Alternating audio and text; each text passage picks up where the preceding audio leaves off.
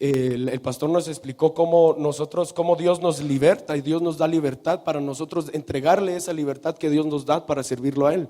Aprendimos qué significa ser un siervo por amor, que es darle lo que a Dios le pertenece. Nuestra libertad no es nuestra, es del Señor. Dios nos libró, ahora nosotros le damos esa libertad que Dios nos da para servirlo a Él. Entonces aprendimos cómo nuestros oídos es una herramienta que Dios nos da. Y el pastor nos explicó cómo Dios plantó nuestros oídos cuando nos creó, que es importante nuestros oídos. Nuestros oídos es para escuchar la palabra de Dios, porque la fe viene por el oír y el oír por la palabra de Dios, amén. Entonces Dios lo que quiere es que hagamos algo con nuestros oídos, que usemos de la libertad que Dios nos dio para escuchar su palabra, no solo aquí en la iglesia, sino también en nuestro cuarto de oración, amén. Entonces lo que vamos a aprender hoy es algo que ya sabemos, no es algo nuevo, es algo que ya hemos aprendido, pero lo vamos a repasar, es cómo escuchar, guardar y practicar la palabra de Dios, amén. Ahora, para empezar, como testimonio de lo que aprendimos en el retiro estuvo buenísimo, gracias a Dios, siempre lo está todos los años, cada vez Dios nos da algo nuevo, Dios nos bendice de una nueva manera, y bueno, más o menos les voy a dar lo que aprendimos. El tema del retiro era en contra del viento.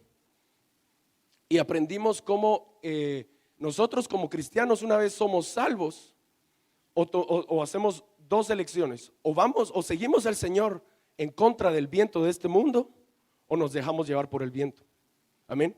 Entonces aprendimos bastante, fueron 2 días seguidos, cada día eran 4 prédicas al día, fue intenso, pero gracias a Dios aprendimos, y Dios nos ungió, Dios nos tocó de manera especial. Lo primero que aprendimos es cómo el viento del sistema de este mundo busca alejar a los cristianos de manera específica, a los cristianos alejarlos de Dios.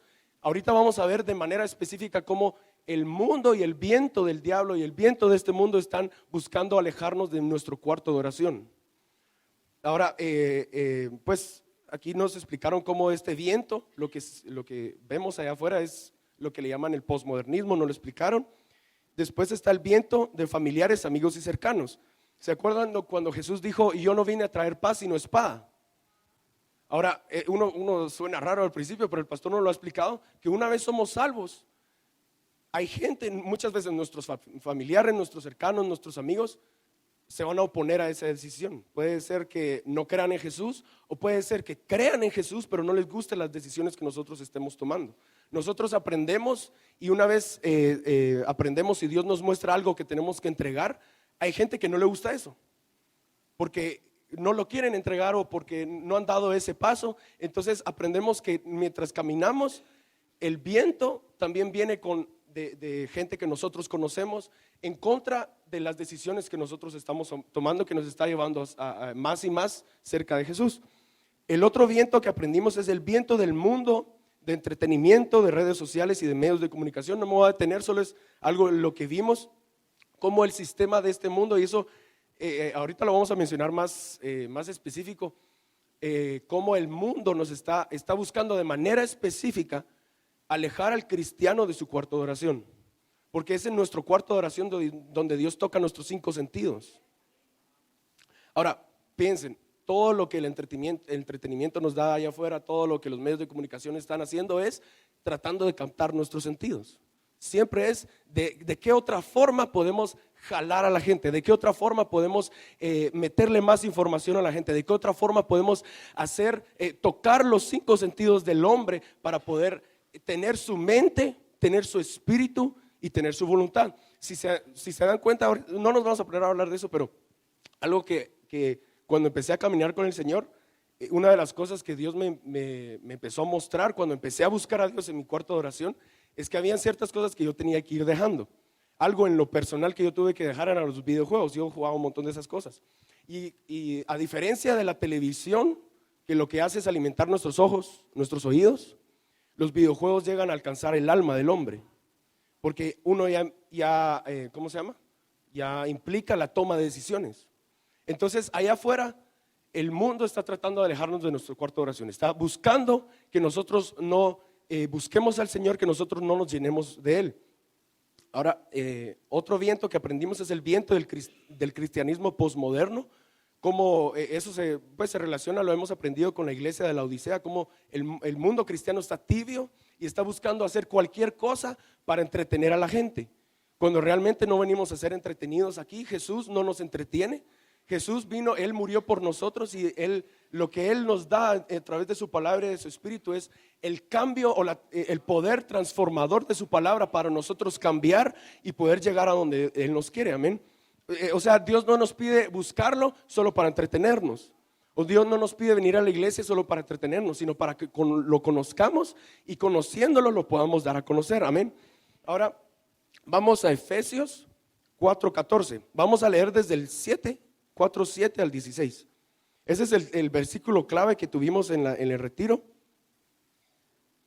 y nos da la respuesta de cómo podemos nosotros vencer todos estos vientos que vienen en contra de nosotros. Efesios capítulo 4 desde el verso 7.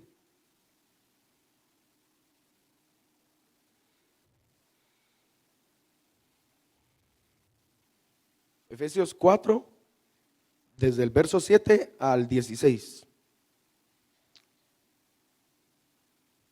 Dice: pero a cada uno de nosotros fue dada la gracia conforme a la medida del don de Cristo, por lo cual dice: subiendo a lo alto, llevó cautiva la cautividad y dio dones a los hombres.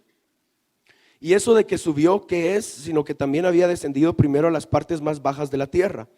El que descendió es el mismo que también subió por encima de todos los cielos para llenarlo todo. Y él mismo, o sea Jesús, aquí estaba hablando de Jesús, constituyó a unos apóstoles, a otros profetas, a otros evangelistas, a otros pastores y maestros, a fin de perfeccionar a los santos. Ahora, mantengamos esa perfeccionar a los santos en nuestra mente. Y dice: para la obra del ministerio, para la edificación del cuerpo de Cristo, hasta que todos lleguemos a la unidad de la fe y del conocimiento del Hijo de Dios, a un varón perfecto a la medida de la estatura de la plenitud de Cristo, para que ya no seamos niños fluctuantes, llevados por doquiera de todo viento de doctrina, por estratagema de hombres que para engañar emplean con astucia las artimañas del error.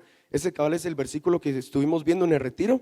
Y dice: sino que siguiendo la verdad en amor crezcamos en todo en aquel que es la cabeza, esto es Cristo, de quien todo el cuerpo bien concertado y unido entre sí por todas las coyunturas que se ayudan mutuamente, según la actividad propia de cada miembro, recibe su crecimiento para ir edificándose en amor. En pocas palabras, para que ya no seamos niños fluctuantes, llevados por todo viento de doctrina o por todos estos vientos que vienen en contra del cristiano, lo que tenemos que hacer es crecer.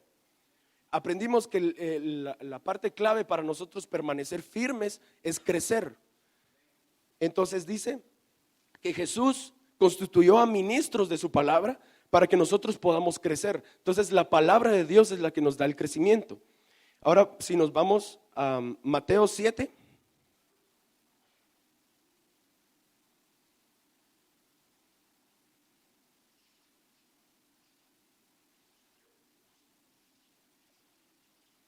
Mateo capítulo 7, verso 24.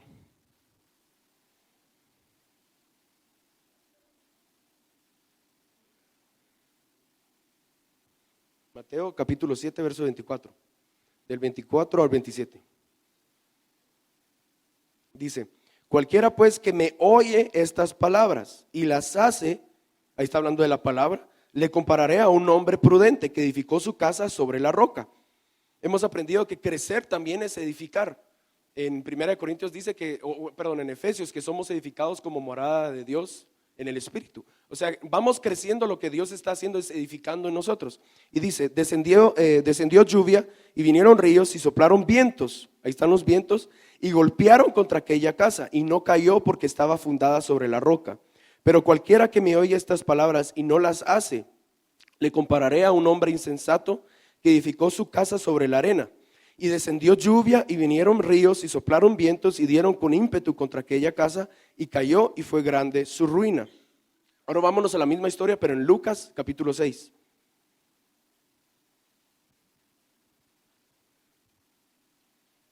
Lucas capítulo 6, desde el verso 47.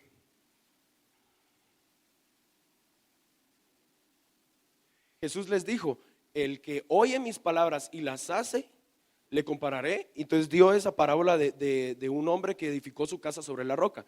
Entonces, lo que nosotros tenemos que hacer es oír y hacer su palabra, o practicar su palabra. En el verso 47, Lucas 6, 47 dice: todo aquel que viene a mí y oye mis palabras y las hace, os indicaré a quién es semejante. Semejante es al hombre que al edificar una casa, cavó y ahondó y puso el fundamento sobre la roca. Cabal, el pastor, cuando nos explicó esto, nos llevó a los dos versículos, y ahí vemos que la roca no está en la superficie. La roca estaba hasta el fondo. Los arquitectos sabrán de esas cosas y los ingenieros, pero la roca está hasta el fondo. Entonces, todos nosotros estamos, por así decirlo, el que fundó su casa sobre la roca y el que no la fundó sobre la roca, estaban parados sobre el mismo terreno. Pero uno tomó la decisión de buscar, de cavar y de buscar, por así decirlo, de buscar a Dios en su palabra hasta encontrarlo, y ahí sobre ese fundamento edificar su casa.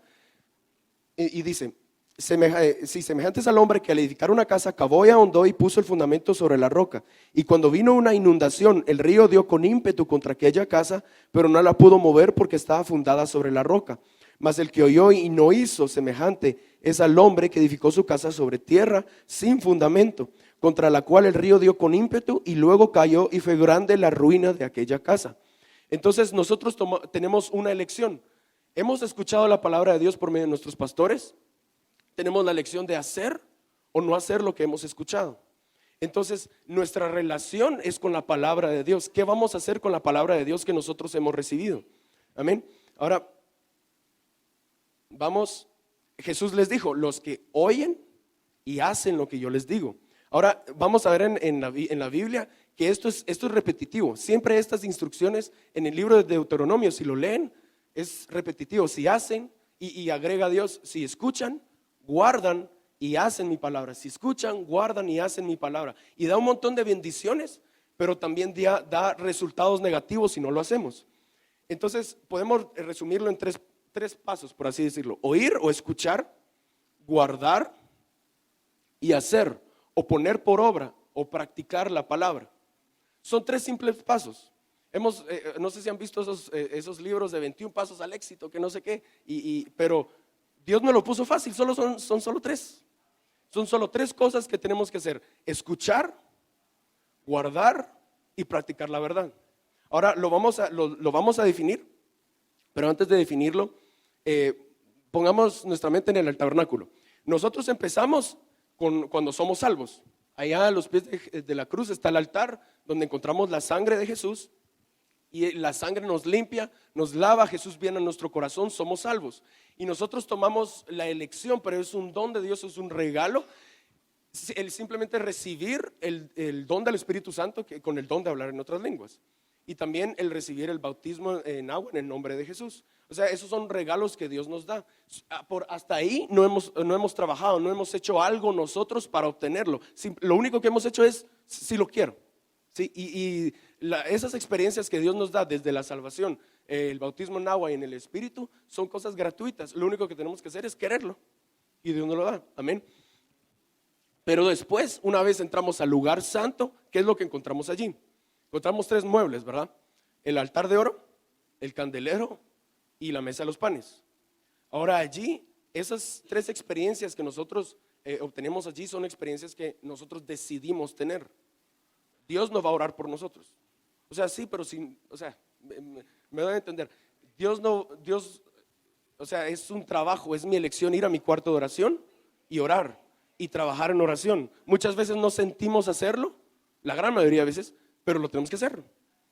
Bueno, si queremos llegar a algún lado, lo debemos hacer. Y orar al principio, o sea, el pastor nos ha explicado, los mandamientos de Dios son cosas que Dios nos manda a hacer, pero al final de cuentas, como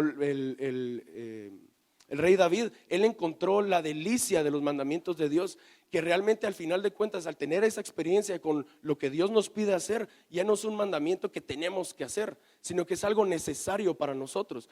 Ya orar no es algo que tengo que hacer, sino es algo que es parte de mi vida. Ya aprendí a hacerlo y es una relación que tengo con Dios. ¿Orar qué es? Orar es hablar con Dios. Eso es lo primero que nos dicen siempre cuando preguntamos qué es orar. Hablar con Dios, hablar con el que creó todas las cosas. Ahora, sí, antes de ir ahí, hablar con Dios, orar es hablar con Dios, el creador de todas las cosas, el que nos, ahorita, el que está haciendo que nuestros pulmones se contraigan, el que está permitiendo que nuestro corazón bombee la sangre. Con Él estamos hablando, amén, con el que tiene control sobre todas las cosas, amén. Y después Dios nos da su palabra y nos alumbra con su palabra. Entonces, en el lugar santo, lo que nosotros aprendemos a hacer, estos 3 pasos se resumen en una sola cosa: en buscar a Dios. Aprendemos a buscar a Dios. Dios nos toca, Dios nos salva, nos limpia con su sangre, nos da el fuego del Espíritu Santo, nos da las aguas de su nombre, y ahora Dios deja de tocarnos, o Dios deja de solo extenderse, de solo darnos y darnos y darnos. Lo que Dios está esperando es, bueno, ya te di esas cosas, ahora ¿qué vas a hacer de regreso? Entonces el lugar santo es donde nosotros podemos tocar a Dios en oración, tocar a Dios buscándolo en su palabra, amén. Entonces se resume en buscar. Ahora la palabra buscar sale un montón en la Biblia, y hay 2 palabras, no solo 2, pero hay 2 que podemos prestarle atención. La palabra bakash en la Biblia, en hebreo, y la palabra darash, hasta riman. La palabra bakash significa buscar por cualquier método, especialmente en adoración y oración. Significa esforzarse por algo, o sea, no es algo que obtengo de manera gratuita, lo tengo que obtener, tengo que trabajar. Significa preguntar, rogar, implorar, eso habla de orar.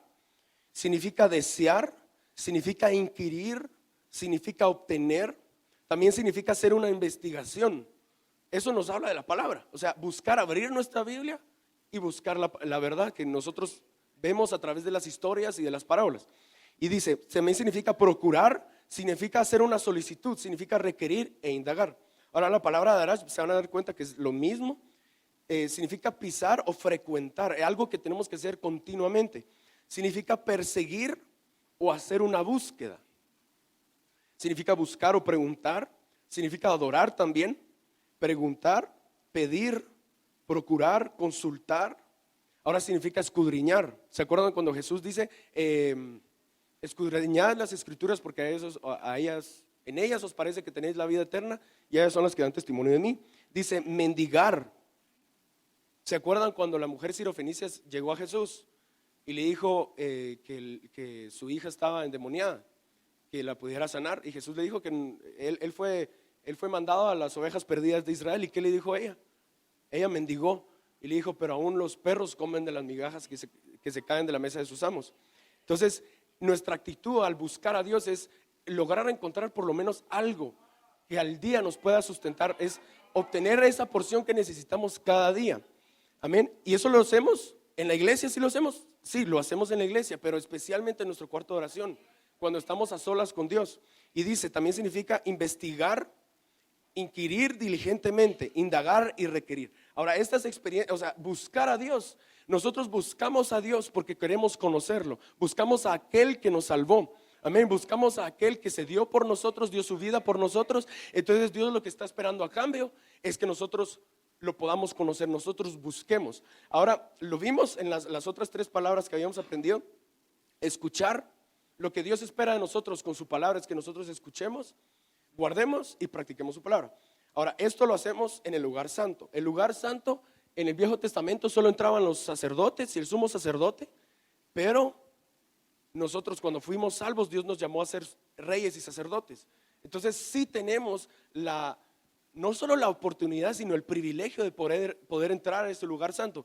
¿Qué es ese lugar santo? No es que tengamos que quedar en un lugar físico. Yo tengo mi cuarto, yo no tengo un closet donde me pueda meter, solo tengo mi cuarto. Pero el lugar santo, en pocas palabras, es nuestro lugar secreto, un lugar donde apartado, nuestro cuarto de oración, donde podemos apartarnos de todo lo demás y buscar a Dios. Amén. Porque siempre, todos nuestros días deberíamos de darle lo mejor a Dios, nuestra primicia a Dios, buscarlo a Él. Ahora, ya lo habíamos visto, ¿qué es lo primero que encontramos en el lugar santo? El altar de oro. Ahora, solo mencionando algo que aprendimos en el retiro. En el lugar santo es donde Dios toca nuestros 5 sentidos. El mundo está buscando corromper nuestros sentidos, o simplemente llenar nuestros sentidos con aquello que no conviene. Podemos decir muchas veces, pero esto que tiene de malo, o esto que no tiene nada de malo, etcétera. Pero lo que nos deberíamos de preguntar es, ¿tiene algo de bueno? ¿Me edifica? ¿Me está acercando más a Dios? Entonces hay cosas que si nosotros queremos buscar a Dios, hay cosas que nosotros tenemos que dejar de hacer, dejar de ver, dejar de escuchar. A mí me pasó que cuando empecé lo primero que hice fue agarrar un libro del autor Egipcio, el libro de Apocalipsis, porque yo quería aprender todo el Apocalipsis, yo quería saber qué iba a pasar y todo. Pero me doy cuenta que el libro de Apocalipsis del autor Egipcio solo habla de las 7 iglesias. Pero me puse a leerlo y creo que lo leí en un año, pero lo leí un poco rápido. Entonces después de terminarlo de leer el último capítulo dije, no, esto lo tengo que volver a leer. Era demasiada información. Entonces lo leí otra vez con mi cuaderno de apuntes, me puse a estudiarlo y todo. Y fue ahí cuando, una de las cosas con ese libro es que entendí el tabernáculo, entendí cómo crecer en el tabernáculo, porque las 7 iglesias se conectan con los 7 muebles del tabernáculo, con nuestras etapas de crecimiento. Es increíble cómo Dios puso su palabra.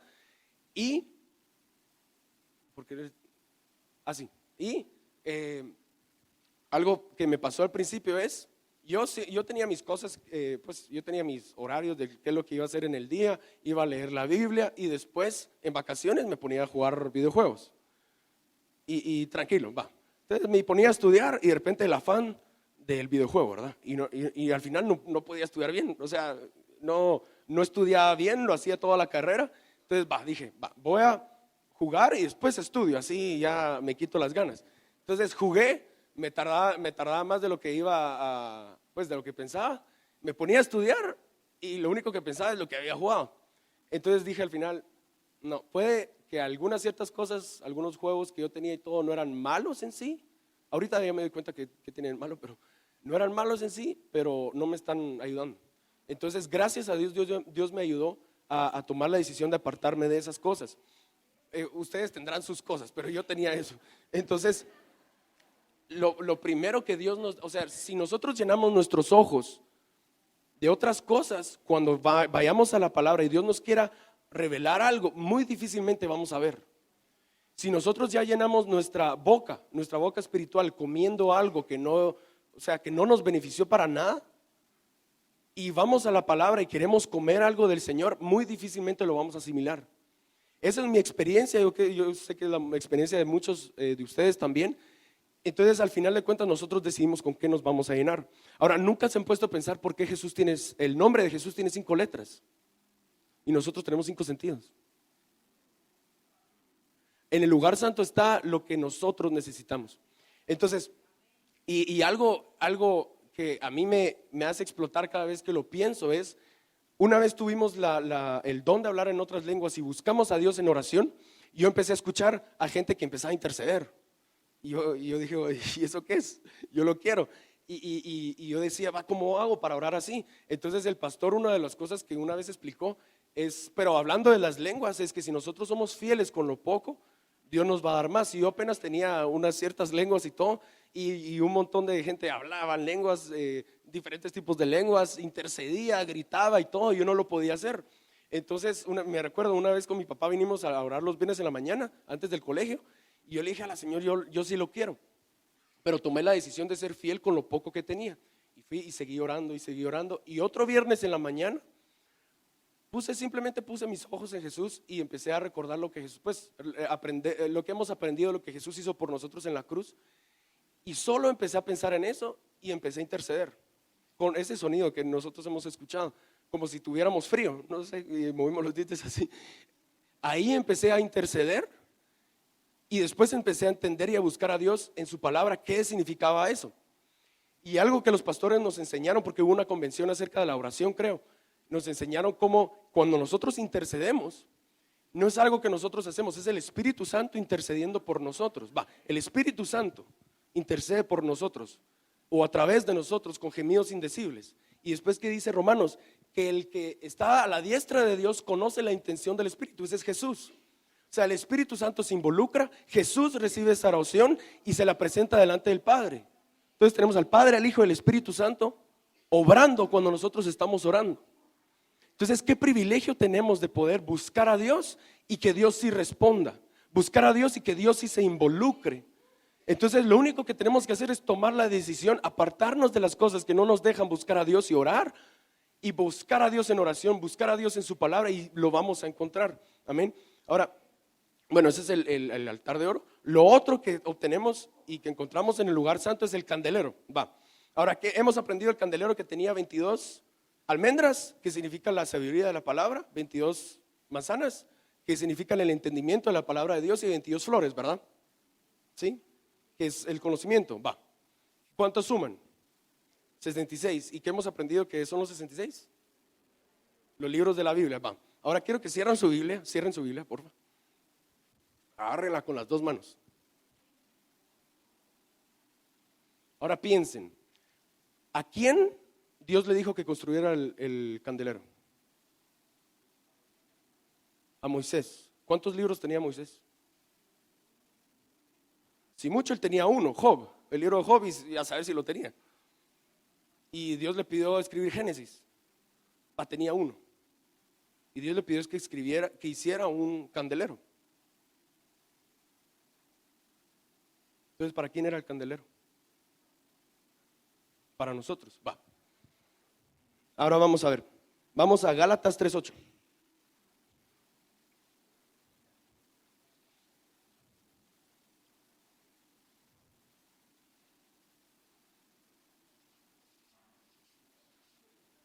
Gálatas 3, capítulo 3, verso 8.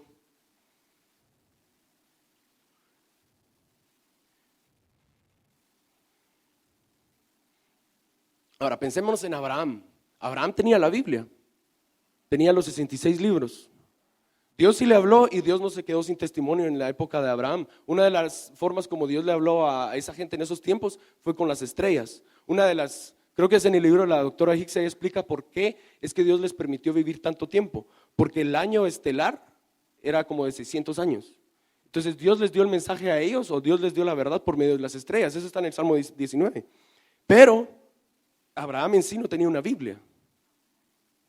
Dice, Gálatas capítulo 3, verso 8, y dice, y la escritura, previendo que Dios había de justificar por la fe a los gentiles, dio de antemano la buena nueva a Abraham, diciendo, en ti serán benditas todas las naciones.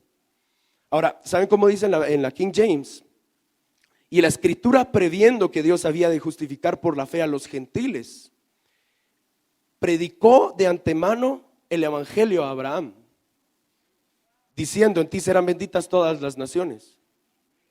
Ahora, la palabra previendo, ¿saben qué significa previendo? Literalmente significa lo que hacían los guardas cuando se subían a una torre y miraban a distancia. Entonces la escritura, o Jesús, la palabra viviente, vio a distancia a los que iban a ser salvos por medio de la fe después de que Jesús iba a morir, y dijo, entonces todo lo que tengo que hacer ahorita para Abraham es para ellos. Todo lo que le voy a hacer decir y ahorita a Abraham, todas las promesas es para ellos. Amén. Lo estamos viendo. Ahora vámonos a 1 Corintios 10.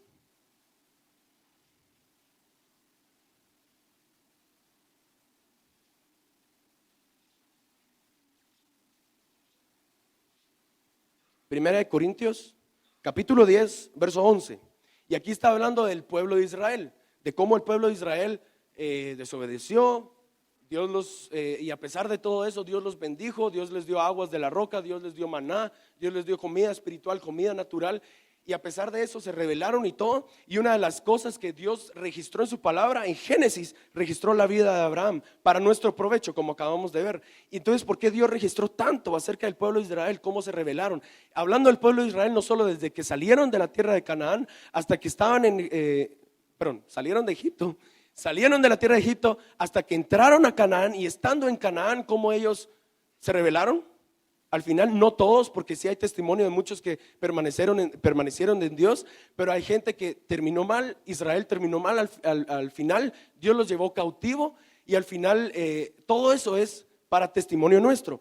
Y dice en 1 Corintios 10, 11, y estas cosas les acontecieron, hablando de Israel, como ejemplo, y están escritas para amonestarnos a quienes, a nosotros, a quienes han alcanzado los fines de los siglos. Entonces Dios se preocupa tanto en registrar todo eso. ¿Para quiénes? Para nosotros. Dios estaba lidiando con Israel, sí, Dios estaba tratando con ellos y con sus corazones, pero de todos modos Dios estaba viendo de antemano lo que nosotros íbamos a recibir si todo eso quedaba registrado. Amén. Ahora, vamos a Romanos 16.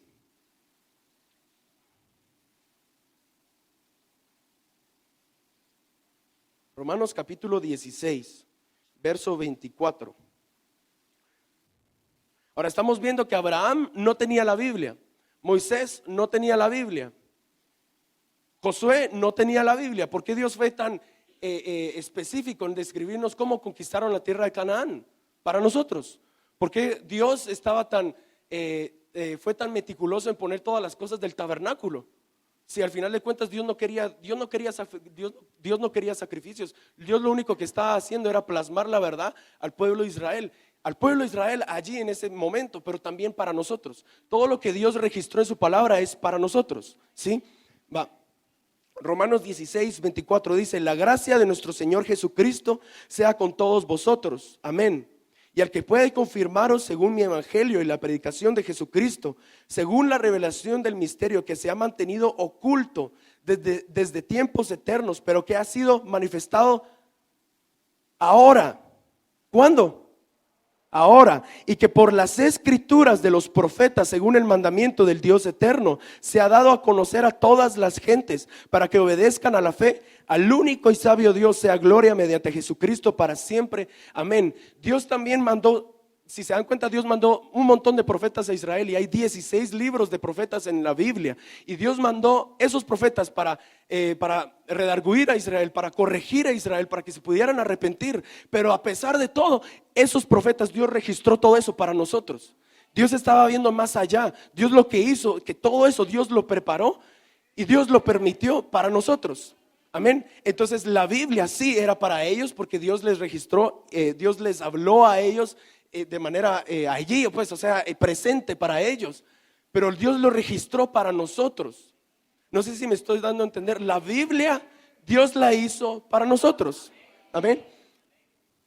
Vámonos a Primera de Pedro, capítulo 1.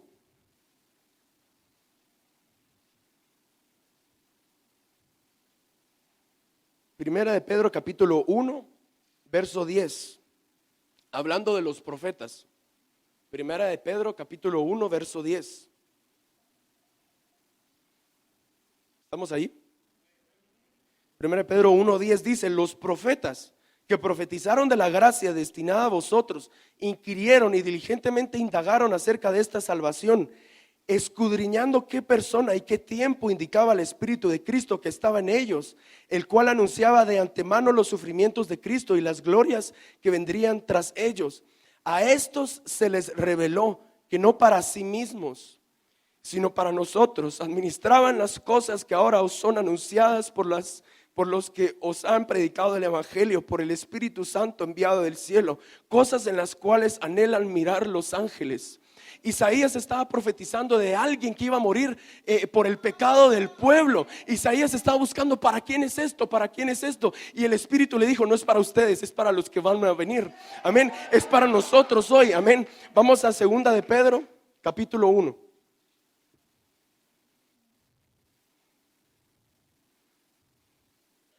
Segunda de Pedro, capítulo 1, verso 19.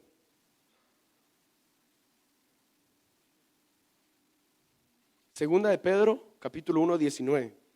Dice: tenemos también la palabra profética más segura, a la cual hacéis bien en estar atentos, como a una antorcha que alumbra en lugar oscuro hasta que el día esclarezca y el lucero de la mañana salga en vuestros corazones. Entendiendo primero esto, que ninguna profecía de la Escritura es de interpretación privada, porque nunca la profecía fue traída por voluntad humana, sino que los santos hombres de Dios hablaron siendo inspirados por el Espíritu Santo. Ellos no registraron solo para guardar lo que habían profetizado. Dios los estaba inspirando. Ellos ni siquiera sabían lo que estaba pasando mientras lo escribían. Ellos pensaban, solo estoy registrando lo que Dios me pidió profetizar, pero Dios los estaba inspirando porque Dios sabía de antemano quiénes ahorita estaban abriendo su Biblia para leerla. Amén. Vámonos a segunda de Timoteo.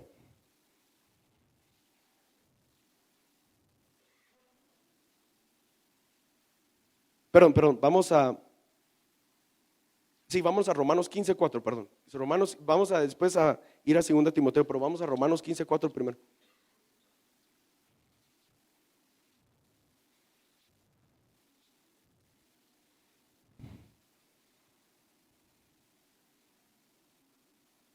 Romanos capítulo 15, verso 4. En resumen, en resumidas cuentas, porque las cosas que se escribieron antes para nuestra enseñanza se escribieron a fin de que por la paciencia y la consolación de las Escrituras tengamos esperanza. Todo Dios lo escribió para nosotros. La Biblia la tenemos porque Dios quiso escribirla para nosotros. Dios no solo la registró porque es historia o es algo que bonito para leer. Dios la escribió para nosotros. Vámonos a Hebreos capítulo 11.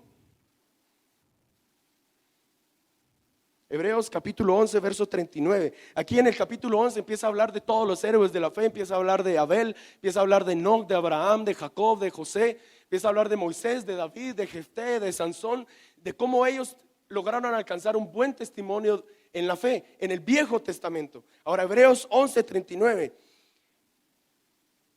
Hebreos capítulo 11, 39. Dice, concluyendo de todo lo que Pablo le estaba diciendo a los hebreos, dice: y todos estos, los del Viejo Testamento, aunque alcanzaron buen testimonio, mediante la fe no recibieron lo prometido, proveyendo Dios o previendo, o viendo Dios de antemano, viendo Dios más allá, proveyendo Dios alguna cosa mejor para nosotros, para que no fuesen ellos perfeccionados aparte de nosotros. Dios escribió todo esto para perfeccionarnos a nosotros. Ni siquiera habíamos nacido nosotros. Todo lo que le estaba pasando a David, todos los salmos que él escribió, era para nosotros. Todas las cosas, ¿por qué Dios permitió un Saúl? ¿Por qué Dios permitió un David? ¿Por qué Dios permitió un Absalón? Para probar a David, sí, pero para nosotros también. ¿Por qué Dios escribió el libro de Ruth? No solo para una historia de amor, sino es una historia de cómo nosotros podemos llegar a ser esposa de Jesús. Amén. ¿Por qué Dios permitió a Salomón, que a pesar de que él terminó mal? ¿Por qué Dios registró todos los proverbios? ¿Por qué Dios registró el Cantar de los Cantares? Porque Dios quiere. Dios nos está diciendo a nosotros cómo llegar a ser su esposa. Dios nos plasmó su palabra. Amén. Bendito Jesús. Dios plasmó su palabra, el camino para que nosotros, escogiendo lo que vemos, lo que escuchamos, nosotros podamos practicarlo. Amén. Bendito Jesús. Gracias, Jesús. Dice, vamos a 2 de Timoteo 3, 16 y 17. Leímos que para que no fuesen ellos perfeccionados aparte de nosotros.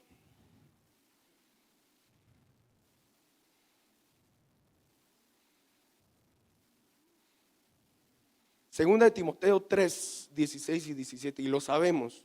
Hemos aprendido ese versículo. ¿Saben qué? Leámoslo todo. Eso lo hemos hecho antes. Leámoslo todos. Empezando toda la escritura. Dice: toda la escritura es inspirada por Dios y útil para enseñar, para redarguir, para corregir, para instruir en justicia, a fin de que el hombre de Dios sea perfecto, enteramente preparado para toda buena obra. A fin de que el hombre de Dios sea perfecto. Entonces toda la escritura es inspirada por Dios. Y si dice la escritura misma que Dios proveyó algo mejor para que nosotros seamos perfeccionados, y no ellos, no los que estaban en el Viejo Testamento, sino los que nosotros tenemos nuestra Biblia hoy. Entonces todo lo que Dios escribió es para que nosotros seamos perfeccionados. Amén. Ahora pongámonos a pensar esto. En el tiempo de los apóstoles tenían toda la escritura. No, ellos solo tenían 39 libros. Y con esos 39 libros más que suficiente podían probar a Jesús. Amén. Sí. No solo las 7 iglesias representan crecimiento espiritual en nuestro caminar espiritual, en la estatura de Jesús. Las 7 iglesias también representan los tiempos que iba a pasar la iglesia desde que Jesús resucitó hasta que Él venga en el arrebatamiento. Entonces la primera iglesia, la iglesia de Éfeso, no sé, representa la etapa histórica en la era de la iglesia. Ahora, vayan al libro de los mártires de Fox, lean el libro y después vayan a su Biblia y comprueben lo que les estoy diciendo. Cada cosa que Jesús le dijo a cada iglesia se conecta perfectamente con cada época histórica. Perfectamente. La iglesia apostólica duró desde el 33 hasta el 100 después de Cristo. La iglesia de Esmirna representa la persecución de la iglesia del 100 al 313 después de Cristo. Durante 200 años la iglesia fue perseguida. Durante 200 años la iglesia fue perseguida por 10 grandes persecuciones. Ahora en la iglesia de Esmirna Dios les dice que van a ser probados 10 días. Miren la conexión. Dios, por 10 grandes persecuciones por los romanos, los cristianos fueron perseguidos 200 años.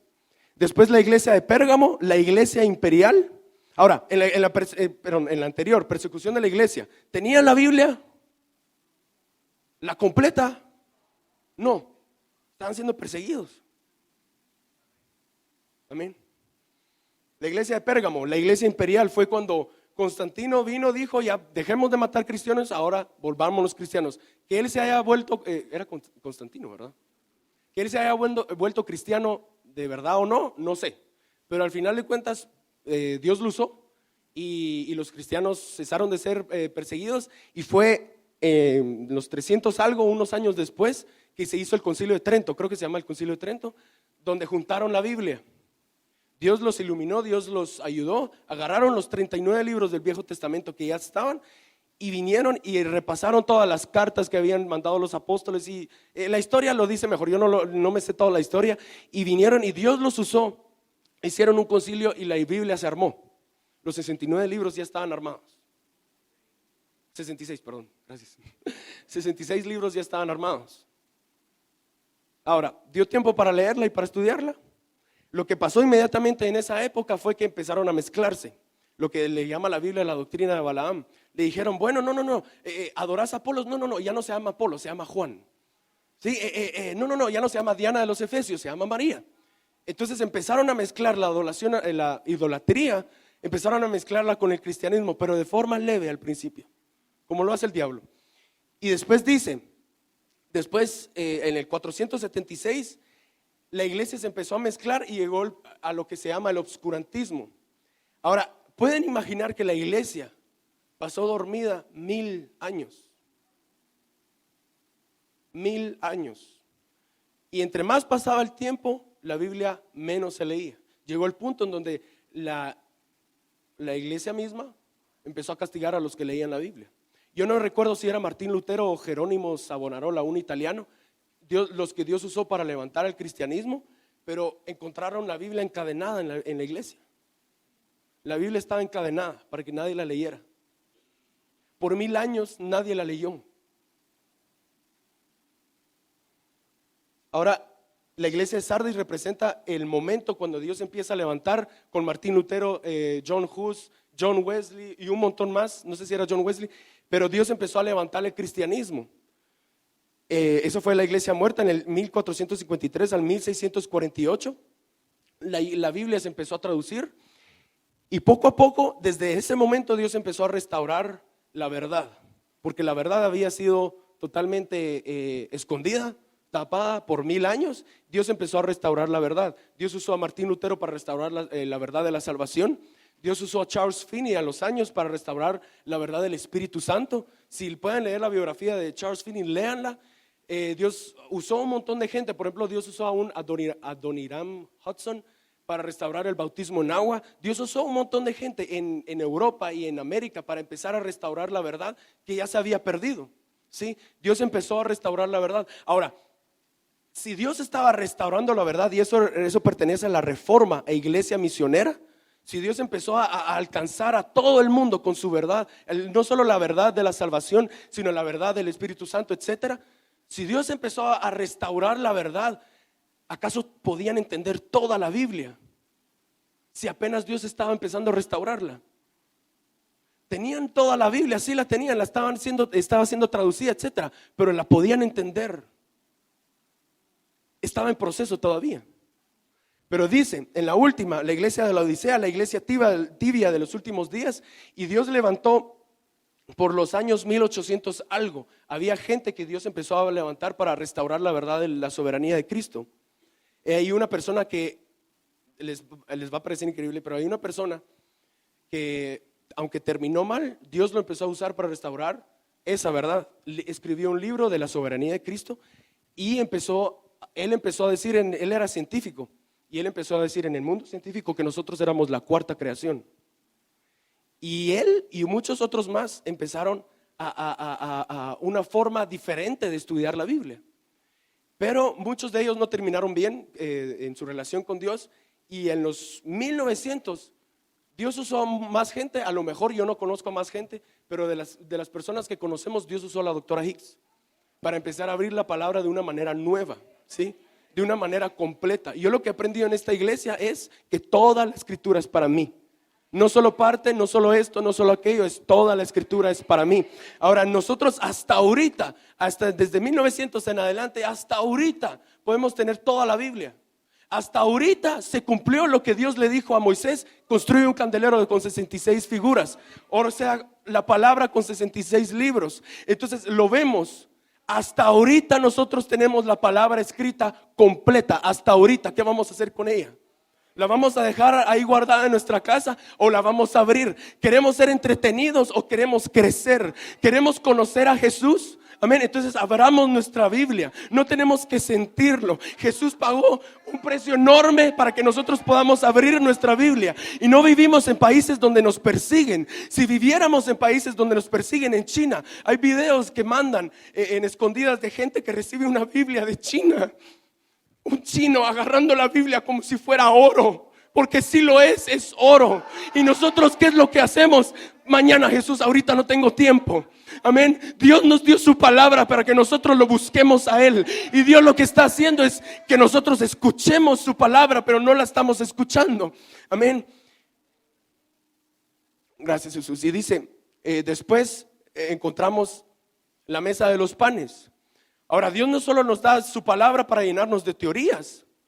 Dios nos da su palabra para que nosotros la practiquemos. Amén. Ahora, y estos tres muebles resumen las tres cosas que Dios quiere que hagamos con su palabra: escuchar, guardar y practicar su palabra. Amén. Vamos a Éxodo 34.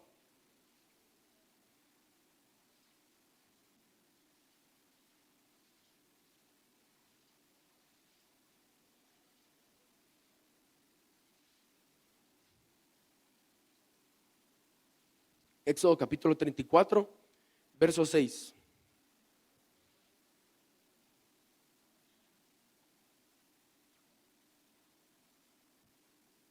Éxodo capítulo 34, verso 6. Y pasando a Jehová por delante de él, proclamó Jehová: Jehová fuerte, misericordioso y piadoso, tardo para la ira y grande en misericordia y verdad, que guarda misericordia a millares, que perdona la iniquidad, la rebelión y el pecado, y que de ningún modo tendrá por inocente al malvado, que visita la iniquidad de los padres sobre los hijos y sobre los hijos de los hijos hasta la tercera y cuarta generación. Ahora, aquí es cuando Dios le reveló sus 12 nombres. Amén, ¿se acuerdan? El último nombre se resume en juez justo, y son 12. Y en la mesa de los panes encontramos 12 panes. ¿Y qué es lo que nosotros tenemos que hacer con esos 12 panes? ¿O qué es lo que nosotros encontramos en la palabra? Cuando nosotros vemos, lo primero que hacemos es ir, y Dios nos revela por medio de la luz de su palabra. ¿Qué es lo que Dios nos revela? Nos revela más de su naturaleza, y también nos revela nuestra naturaleza. Y cuando nosotros nos vemos a nosotros mismos, ¿qué es lo que Dios espera que hagamos? Es ir en oración y pedirle al Señor que nos limpie de eso que nosotros vimos, eso que acabamos de aprender que no es como Jesús. y que Él nos perdone, que nos limpie con su sangre. Amén. Es a través de la oración que nosotros echamos mano de la sangre de Jesús. Es a través de la oración que nosotros echamos el mano del fuego del nombre de Jesús. Amén. Y es a través de la oración en donde nosotros podemos venir y hacer de la teoría una práctica. Amén. ¿Y qué es lo que encontramos en la mesa de los panes? Cuando viene Dios y nos perdona, cuando viene Jesús y vemos algo, vemos su misericordia, su nombre misericordioso en nuestra vida, nosotros comemos de ese pan, y cuando comemos de ese pan nos da la fuerza para ir y practicar su palabra. Amén. Cuando nosotros vamos a Jesús y vemos a la Señora, hay impaciencia, mucha impaciencia en mí que yo no tengo, pero tú sí la tienes, y Jesús es tardo para la ira, y venimos en oración y le decimos: Jesús, Señor, ayúdame a ser como tú, ser tardo para la ira. Comemos de Él, y cuando comemos de Él, Jesús nos fortalece para poder ser como Él es allá afuera. Amén, para practicar su palabra. Ahora, lo vimos, ¿verdad? Amén. Vamos al primer ejemplo. Al final vimos que lo que Dios quiere que nosotros respondamos después de todo lo que Dios nos ha dado, es que nosotros busquemos a Dios, y que al buscar a Dios en su palabra y en oración, lo que Dios quiere que hagamos con su palabra es tres simples cosas: escuchar, guardar y practicar. Amén. Entonces, escuchar, guardar y poner por obra. Ahora vamos a ver qué significan esas cosas. Oír atentamente. La palabra oír atentamente o escuchar es shamá, que significa escuchar inteligentemente, con atención, con obediencia, no como nosotros decimos que nos entra por un oído y nos sale por el otro, sino escuchar con obediencia, con el propósito de obedecer. Y significa considerar, estar satisfecho, significa declarar, discernir, prestar atención, oír, obedecer, percibir y entender. Amén. Esa es nuestra actitud que Dios quiere que tengamos al escuchar su palabra. Después dice guardar. Vamos a Deuteronomio 28.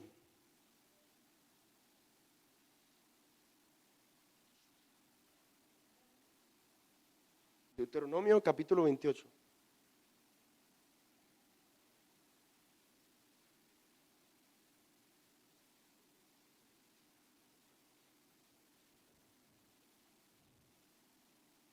Ahora vamos a ver dos ejemplos.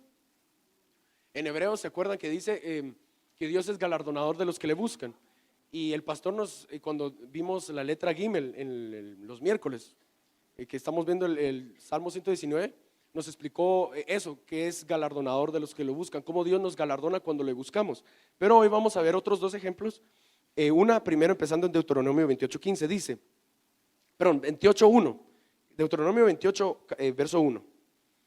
Dice: acontecerá que si oyeres, es la palabra que acabamos de ver, atentamente la voz de Jehová tu Dios, para guardar y poner por obra todos sus mandamientos que yo te prescribo hoy, también Jehová tu Dios te exaltará sobre todas las naciones de la tierra. Ahí la palabra guardar es shamar, y miren qué significa. Significa cercar como con espinas. Guardar, proteger, atender a, tener cuidado, mirar por uno mismo, conservar, marcar, mirar atentamente, preservar, considerar, reservar, salvar. Significa asegurar, esperar y vigilar.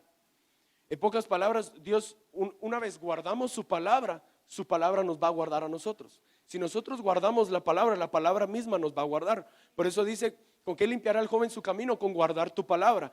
Con todo mi corazón te he buscado, no me dejes desviarme de tus mandamientos. En mi corazón he guardado tus dichos para no pecar contra ti. Guardamos su palabra y su palabra nos guarda. Su palabra viene a ser como un cerco, y es un cerco de espinas. ¿Qué pasa con un cerco de espinas? Nos queremos salir y nos duele, pero nos está guardando. Amén. Y después dice, para guardar y poner por obra. La palabra poner por obra significa, es asá, y significa hacer. Significa lograr, significa avanzar, o sea, caminar. Significa llegar a ser. ¿Qué queremos llegar a ser? Llegar a ser como Jesús. Significa cargar, significa producir, dar a luz la verdad. Eso lo hemos aprendido. Significa herir Herir nuestro viejo hombre para que algo nuevo de Cristo se forme. Significa ejecutar, lidiar, ejercitar, volar. Significa arreglar, significa gobernar. Significa guardar también, practicar, servir, observar y trabajar. Todas esas cosas quiere que Dios hagamos con su palabra, con lo que nosotros recibimos. Amén. Ahora, ¿están claras esas tres cosas, verdad? Escuchar, guardar y poner por obra. Fácil, ¿verdad? Ahora, ahí estamos en Deuteronomio 28. Dice: acontecerá que si oyeres, ya lo vimos atentamente, la voz de Jehová tu Dios, para guardar y poner por obra todos sus mandamientos que yo te prescribo hoy. Ahora, esta es una promesa que Dios nos da. También Jehová tu Dios te exaltará sobre todas las naciones de la tierra. Ahora, ¿puede ser físico? Tal vez. Creo que sí, al final sí. Pero bueno, lo más importante para nosotros no es la parte física de las promesas de Dios, sino lo espiritual. Amén. ¿Y qué dice? Te exaltará sobre todas las naciones de la tierra. ¿Qué tierra? Eso lo hemos aprendido. La tierra de nuestro corazón. Y hemos aprendido que en nuestro corazón hay de todo. Hay gigantes, hay mujeres, hay naciones, hay reyes que tenemos que vencer. Todo representa nuestra carne. Todo representa nuestras actitudes carnales. ¿Y qué es lo que Dios nos dice? Si nosotros escuchamos, guardamos y ponemos por obra, vamos a ser libres de esas cosas. Dios nos va a levantar por encima de todas esas cosas que tenemos en nuestro corazón.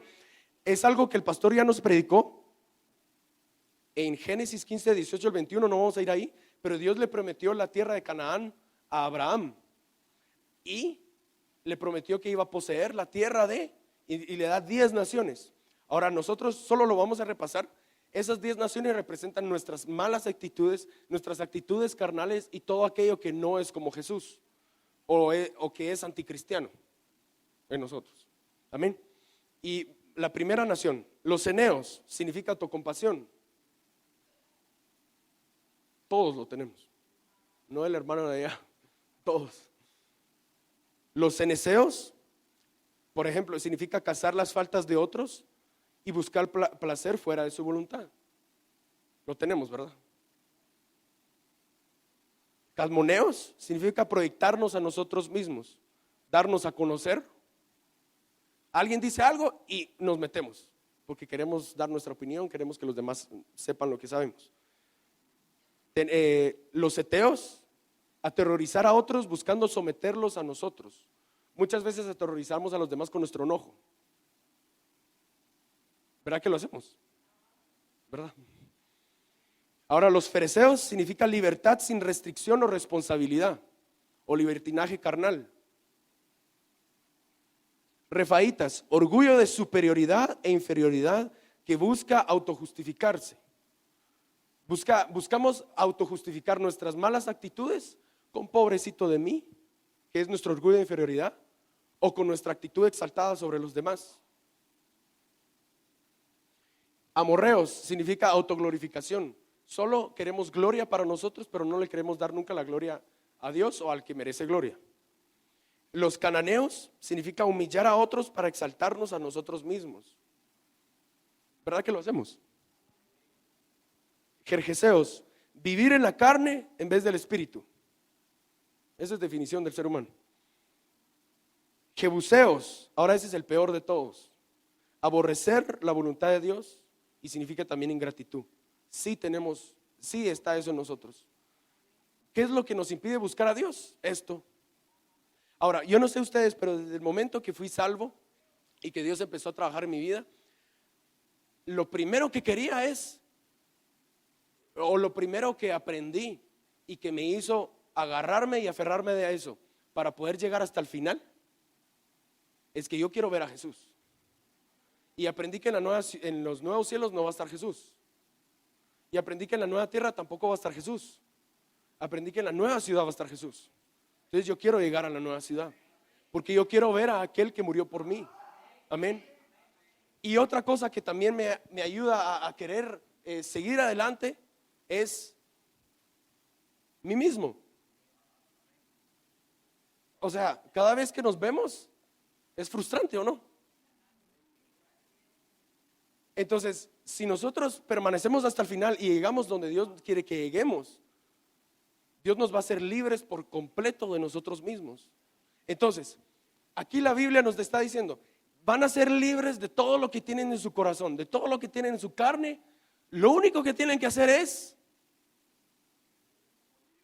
escuchar, oír, guardar y practicar lo que yo les digo. Eso es todo. ¿Quieren ser libres de ustedes mismos? Escuchen, guarden y practiquen la verdad. Amén. Primera promesa, vamos a la otra. Jeremías 35.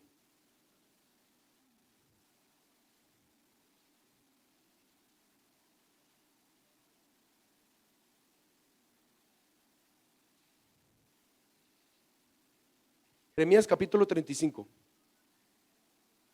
¿Lo estamos viendo? Amén, gracias Jesús.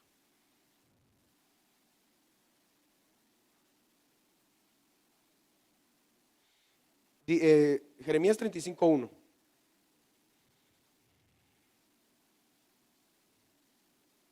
Palabra de Jehová que vino a Jeremías. No han llegado, perdón. Jeremías capítulo 35 verso 1.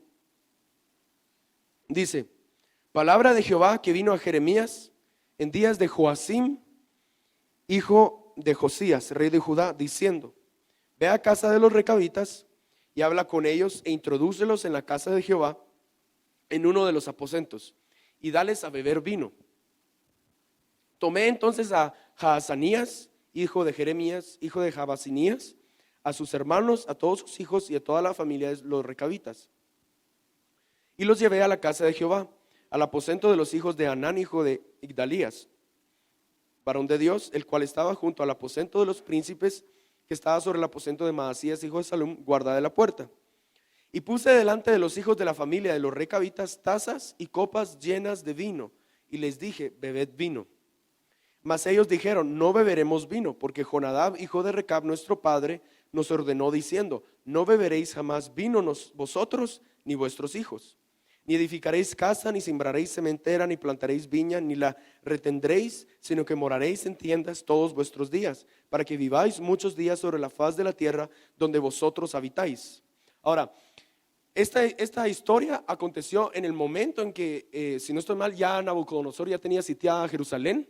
Israel estaba viviendo, Dios les decía una y otra vez por varios profetas y también por Jeremías: si ustedes me obedecen, ustedes van a vivir en esta tierra, pero si no, va a venir Nabucodonosor y los va a destruir. Una y otra vez, y no obedecían y seguían adorando ídolos, y hasta se le acercaron una vez a Jeremías y le dijeron: Jeremías, ora a Jehová y pídele lo que tenemos que hacer. Jeremías oró, Dios le habló y le dijo lo que tenían que hacer ellos, y no quisieron. Simplemente no querían, estaban viviendo como ellos querían. Israel estaba mal, todo Israel estaba yendo conforme al viento de este mundo, por así decirlo. Pero los recabitas, miren en el verso 8, y dice: y nosotros hemos obedecido a la voz de nuestro padre Jonadab, hijo de Recab, en todas las cosas que nos mandó, de no beber vino en todos nuestros días, ni nosotros, ni nuestras mujeres, ni nuestros hijos, ni nuestras hijas, y de no edificar casas para nuestra morada, y de no tener viña, ni heredad, ni sementera. Moramos pues en tiendas, y hemos obedecido y hecho conforme a todas las cosas que nos mandó Jonadab nuestro padre. Sucedió no obstante que cuando Nabucodonosor, rey de Babilonia, subió a la tierra, dijimos: venid y ocultémonos en Jerusalén de la presencia del ejército de los caldeos y de la presencia del ejército de los de Siria, y en Jerusalén nos quedamos. Y vino palabra de Jehová a Jeremías diciendo: así ha dicho Jehová de los ejércitos, Dios de Israel: ve y di a los varones de Judá y a los moradores de Jerusalén: ¿no aprenderéis a obedecer mis palabras? Dice Jehová. Fue firme la palabra de Jonadab, hijo de Recab, el cual mandó a sus hijos que no bebiesen vino, y no la han bebido hasta hoy, para obedecer al mandamiento de su padre. Y yo os he hablado a vosotros desde temprano y sin cesar, y no me habéis oído. Y envié a vosotros todos mis siervos los profetas desde temprano y sin cesar, para deciros: volveos ahora cada uno de vuestro mal camino y enmendad vuestras obras, y no vayáis tras dioses ajenos para servirles, y viviréis en la tierra que di a vosotros y a vuestros padres, mas no inclinasteis vuestro oído ni me oísteis.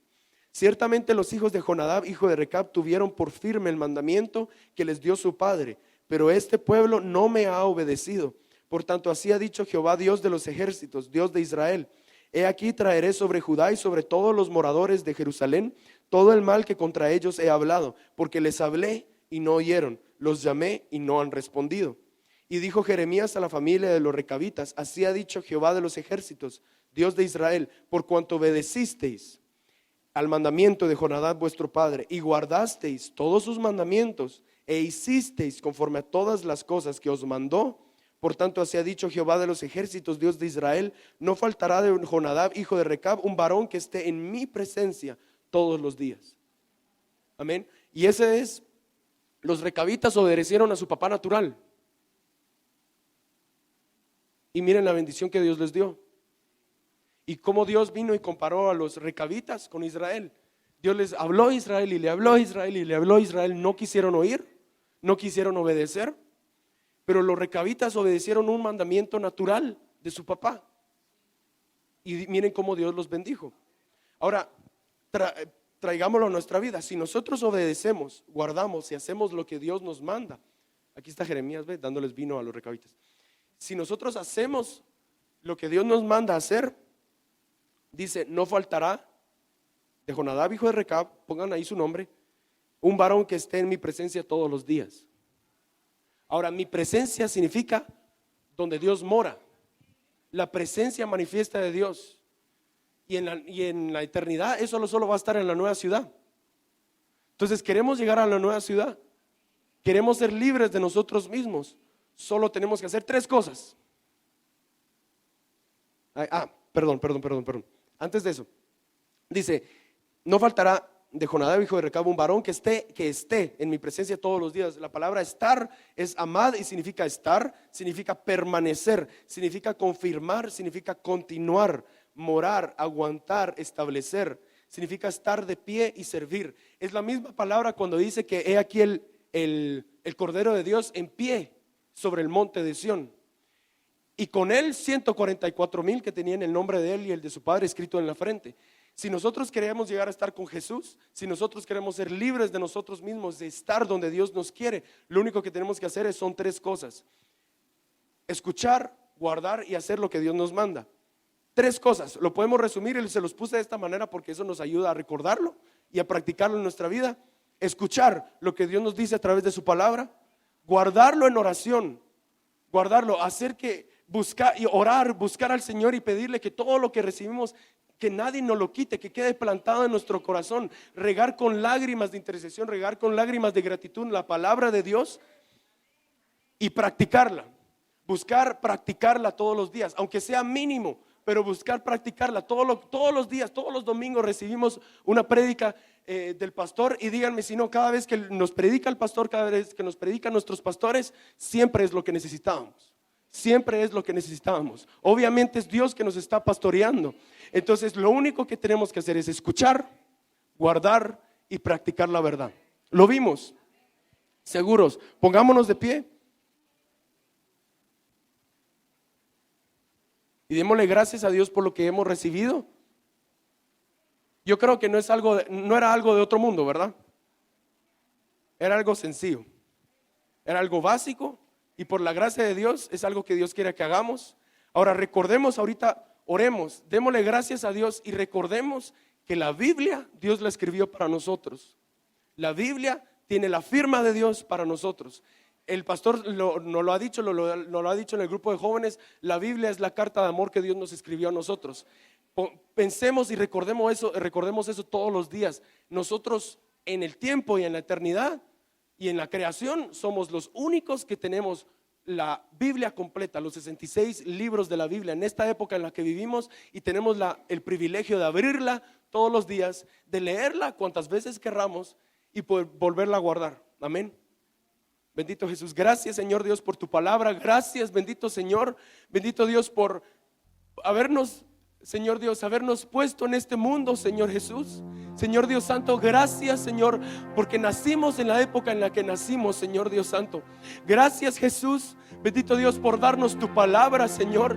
Bendito Dios, gracias, Señor Dios, porque todo lo que le pasó a Abraham, todo lo que le pasó a David, todo lo que le pasó a Jacob, Señor Dios, todo lo que le pasó a los profetas, Señor. Bendito Dios, todo lo que le pasó a todos los héroes de la fe, Señor Dios Santo, todo lo hiciste para nosotros. Bendito Señor, bendito Jesús, gracias, Señor, gracias porque tenemos la totalidad de tu palabra. Señor, gracias porque nos has enseñado, Señor. Bendito Dios, que toda la palabra es para nosotros. Bendito Señor, ayúdanos a atesorar tu palabra. Ayúdanos a ser agradecidos con la palabra que nos has dado. Señor, gracias porque podemos abrirla todos los días. Gracias porque tenemos libertad, bendito Dios, Señor Dios, de ser cristianos, Señor, en este país. Señor, gracias, bendito Dios, por tu palabra. Gracias, Señor Dios, por abrir tu palabra en este lugar. Bendito Dios, gracias, Señor, porque nunca ha habido un día, Señor, en donde tu palabra no se nos abra. Señor, ayúdanos a ser agradecidos con tu palabra. Señor, gracias, Padre. Ayúdanos a guardar tu palabra. Señor Dios, ayúdanos a tomar, Señor, una elección por tu palabra. Señor, lo que tenga que irse de nuestro corazón, Señor, ayúdanos a soltarlo. Arráncalo de nuestro corazón. Queremos buscarte, Señor Jesús. Bendito Dios, si queremos practicar tu palabra, pon en nosotros el querer como el hacer. Bendito Dios, pon en nosotros el querer, Señor. Pon en nosotros el querer, Señor, buscarte. Bendito Dios, Señor, atráenos una vez más. Atráenos a de una nueva manera. Atráenos a un nuevo nivel, Señor, a nuestro cuarto de oración, al lugar secreto. Tú quieres escuchar nuestra voz, Señor. Tú quieres que te sirvamos una mesa, Señor. Atráenos, Jesús. Atráenos, Padre Santo. Atráenos, bendito Dios, para buscarte, bendito Dios, Señor, y de esa manera poder ser y hacer lo que tú nos has creado para hacer y hacer, Señor. Bendito Dios, queremos ser libres de nosotros mismos. Queremos estar contigo, Señor, por el resto de la eternidad. Queremos tu voluntad, bendito Señor. Bendito Dios, ayúdanos, Señor Dios, a escucharte, Señor, con el propósito de obedecer. Bendito Dios, ayúdanos, Señor.